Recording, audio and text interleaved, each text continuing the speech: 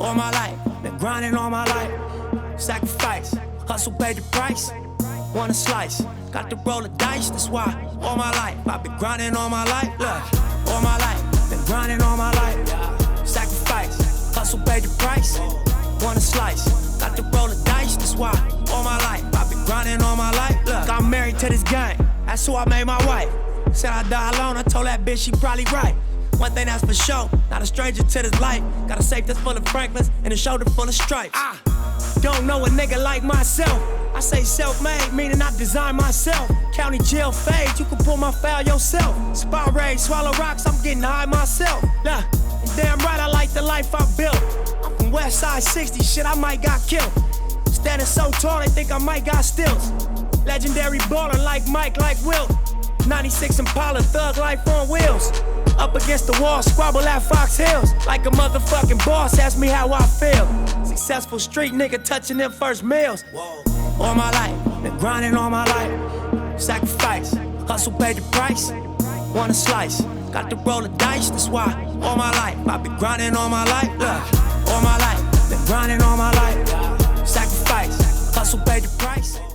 Welcome to the Europe series. What? Finally, this is the introduction. So this video is going to be slightly different to my usual videos because I'm not actually going to take you out training today for a few reasons, and we're going to get into that. But first and foremost, I thought I'd just quickly run you through. All right, so today is the Saturday the 6th of May, so I fly out in exactly 1 week.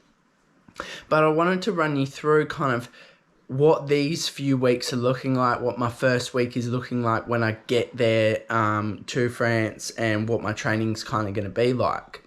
So the last few weeks, I wanted to run you through kind of what training has looked like and what training is looking like for this week, and then my week of race week in France. Because there's a couple key things we need to consider when I was planning this and how I was going about this. So first thing to consider is Challenge Roth is my real goal. This first race is not really, it doesn't really matter. It's more of a warm up. It's going to be an awesome experience, but it's just going to be a good practice for Roth. Remind myself how to race again, because I haven't raced since December. So considering that, we don't want to give the body too much rest, because you give yourself a solid taper for this race and then a solid taper for Roth, and you got a lot of tapering in there in a short period of time. So the second thing to consider is my week of the race will actually not involve that much rest, because I'm going to be climbing up Mont Ventoux. So the plan is to do an overnight trip here on the 16th, night of the 16th and 17th, to go ride to a stay in a town just at the base of Mont Ventoux, and then the next day ride up Mont Ventoux. And so I'm riding from Aix En Provence, which I will learn how to say correctly. How to pronounce Aix En Provence. Aix En Provence with the typical French pronunciation, but it'd be fine in English to say Aix En Provence. Aix En Provence. In French again. And so that's going to be a massive day. So it's going to be about 150-ish kilometers ride to the base. And then on the 17th, the day I'm riding up Mont Ventoux and then back home, could be about 180k. So that'll be solid. And yeah, I know you're probably all like, why are you doing that? That's crazy. But that's, again, like this race is, I don't care about the result that much. Of course I say that now, but yeah, I want to win. But anyway, but I more just want to enjoy this experience, right? And riding up Mont Ventoux is just such a sick experience, especially doing like an overnight backpacking trip. Through all these little French towns, and yeah, it'll be really awesome. So considering that only gives me these 3 days to get back home, do a bit more tapering and resting. And so considering all that, I want to go into race week basically having already done my rest. The rest is done, kind of. I've dropped the fatigue that I want to drop. So considering that, we kept working up until it was Tuesday this week. We kept working up until this high volume period continued until, because then Wednesday and Thursday I had down the coast with my brother. I got to meet my nephew for the first time, little Teddy, and Dad came over, so we had some really nice time together.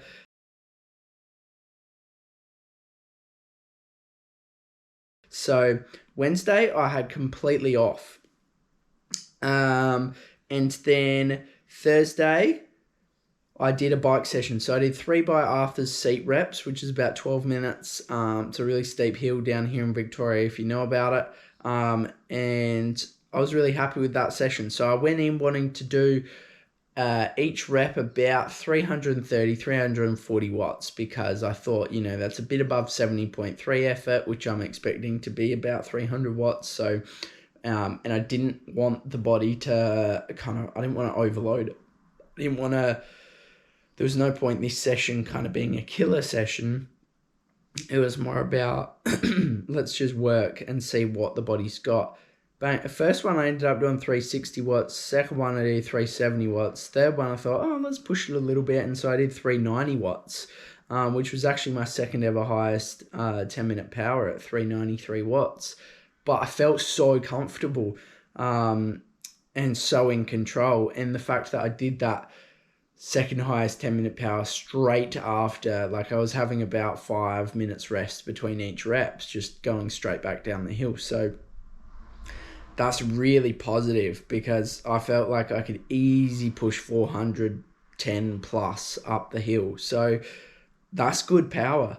And especially when I'm training for an Ironman. So what that tells me is I know how to train myself, and everything I've been doing is definitely working. Zone 2 aerobic, long stuff, long days on the bike, they win. They create strength and power. So what are we now? What's the day? The 6th. So we're right here. So we've had a couple hiccups this week as well to throw into the mix, which means you got to improvise, adapt, overcome. And that's yesterday. I wanted to do a good big swim session. I got to the pool, and what do you know? It was closed because they had a swimming carnival. So luckily enough, I had some gym clothes in the car, so I just went and did a gym session. And then I had work the rest of the day. So now we get to a bit of an interesting period, and I thought, well, I may as well take you along for the journey of me trying to figure out what the hell I'm going to do. And that's, I've had a bit of a sore throat since about Thursday. And no other symptoms, just a sore throat. But that's not good. And so trying to, figure out the balance between, does this really require like complete rest? Or, maybe if I just took a day completely off and chilled right out, maybe it would disappear. Or do I just keep going as usual and training? Because today on the plan, I had an hour 15 big solid swim, and then a 3.5 hour ride with 3 by 30 minutes at about 265 watts. So Ironman pace. So it was a solid day planned because I wanted to get a bit more work in there. Because the longest session I did was this Tuesday, which was a 4-hour ride. Monday was also a solid day, but I can't quite remember what that was now. I think it was a swim in a gym. Solid swim and a solid gym session. So I wanted to put a bit more work in here because, again, it's 1 week until I go, so it's kind of a good amount of time. But 2 things. Throat is sore and it's pumping with rain, and I have no Wahoo kicker. I haven't had one for like 6 months because mine broke, and then I can't afford a new one right now. So I have to train outside, and it's pumping with rain, which is not ideal. So honestly, I don't really know what I'm going to do yet today. I have no work today. My work got cancelled because, long story short, but it got cancelled today and tomorrow. So I guess that's bad because I'm broke, but good because I get to rest and train and think about get ready for Europe more.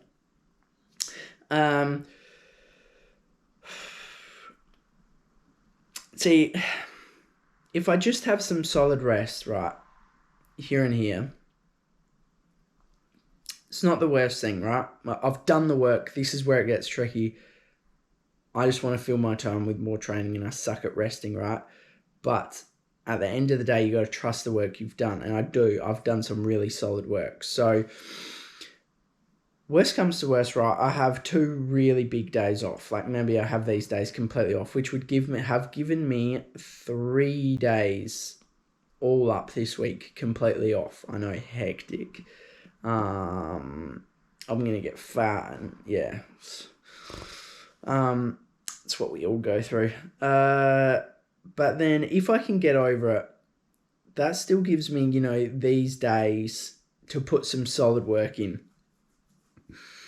And I think that might be the right course of action, because I got myself sick when I went to New Zealand in December, and the number one key thing I wanted to focus on, and which is why I put all this plan together, was I wanted to get to Europe healthy.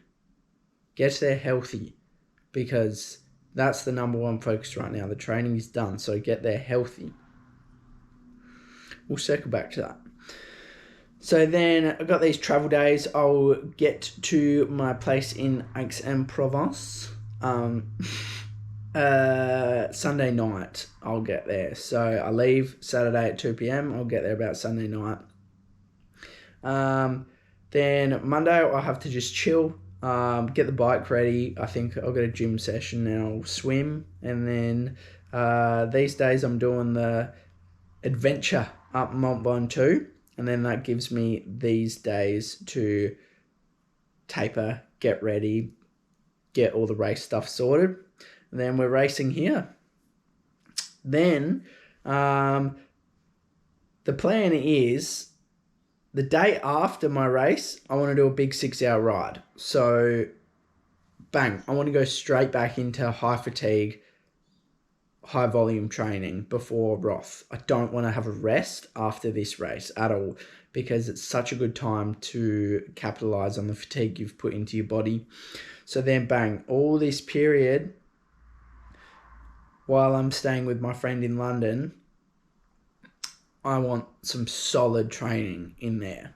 And then after that is when I'll be heading to Nice, and then to Grenoble. I'll go up Alpe d'Huez, and then so that gives us, this is going to be about 2.5 weeks until Challenge Roth. So I want a solid taper leading into Roth, and also we'll see how I feel. We'll see how much work I was able to get in during this period, because it's not going to be easy, because I'm going to be with my friend and we'll be traveling around and seeing, you know, I want to have a life as well and enjoy the trip. So I don't just want to put myself in a hole and just train while I'm, you know, in Europe, because that doesn't make sense. I'm not a pro. I'm not racing for cattle stations. So,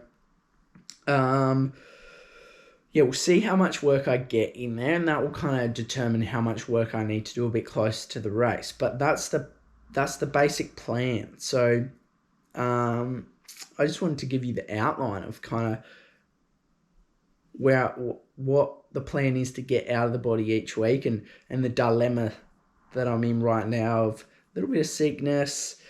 How do we adjust that to not be an idiot and make myself more sick, which I'm good at. Very, very, very good at. Yes.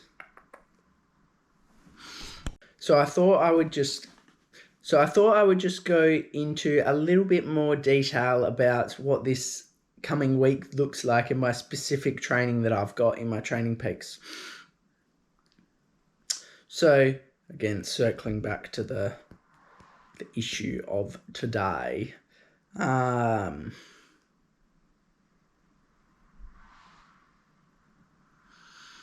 think we're going to have a full rest day.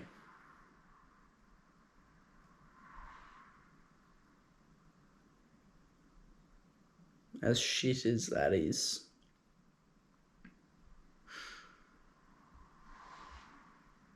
I would just love to knock this out and get rid of this and I don't know whether doing 100k of Ironman efforts in the rain will help with that.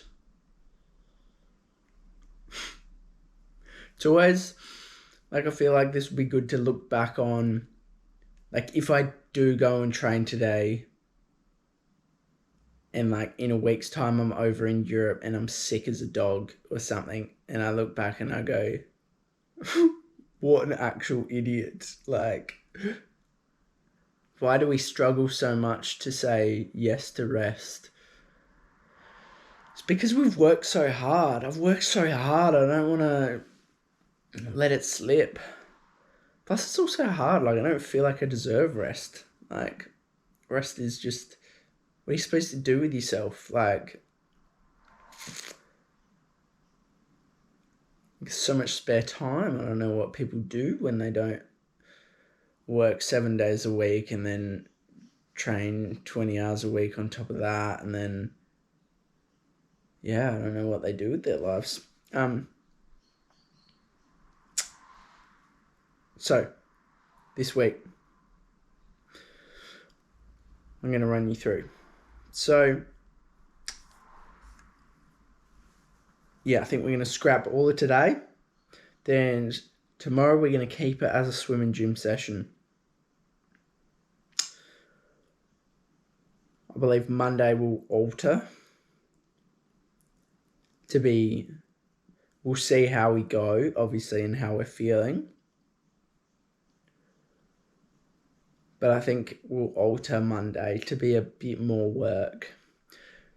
Tuesday plan right now is 3-hour ride, 2 by 10 minutes at 300 watts, 3 by 5 minutes at 330 watts, and then 4 by 20 second all out sprints. So there's a bit of work in there, nothing too crazy, but I wanted to keep, that session's about keeping the body firing. Wednesday, swim and gym. Again, what specifically these swim sessions will be depends on how the body's feeling. But I want to get a key set of 400s in. So depending on which day I do this, it'll depend on how I'm feeling. So I want to get a key set of 400s in. So about 6 by 400s, slightly above race effort, above 70.3 effort. And then the other session will be a 3-4 sets, depends again on how I'm feeling, of 3 by 100s hard, and then 4 by 50s, basically all out. So three or four sets of that. So that's a pace session. A burner builds the speed up. Then Friday, the day before I go, I want to do my bike. I'm going to pack my bike all up into the bike box on Wednesday, I think. So then I can start packing on Thursday. And then Friday, I just want to do a 2-hour easy spin. I'll use the roadie. I want to do a gym session and a small, just before the gym session, a small swim, just to keep some feel of the water in there. There's a bit of work on that day before. So again, we'll see how I'm going with packing and stress and health. But I do want to do a little bit of work before I go. And then Saturday, obviously, I go.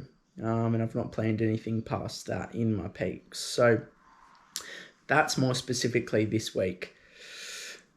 Anyway, I hope you enjoyed this video. It's slightly different. But I wanted to give you more of the thoughts that go into how you plan this and how much thought goes into this, because there's a lot of understanding how the body works and what stresses you want to put on the body. So today I got a haircut.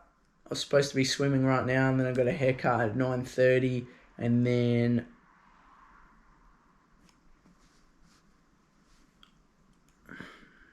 maybe I'll do a little swim, like on the way back. I might do a little swim, just another 30-minute swim, just keep some feel of the water in there. And then I'll come back and I'll just do a heap of stretching, use this chance to get a lot of stretching in. So probably do a good hour of stretching because my body is like stiff as hell. And getting more flexibility in is one of the big key things I'm going to need to work on moving forward as a pro. But obviously, when you're a pro, you've got time, to do these things. But I think for me to kind of really get to that next level, one of my things is flexibility. And then I will probably try have a nap. And then I'm going to see Mel from Survivor. That's her last name, from Survivor, and first name's Mel. Same as me, it's Jessie from Survivor. And then we're going to do she's a chiropractor, so she's going to do a quick session on me.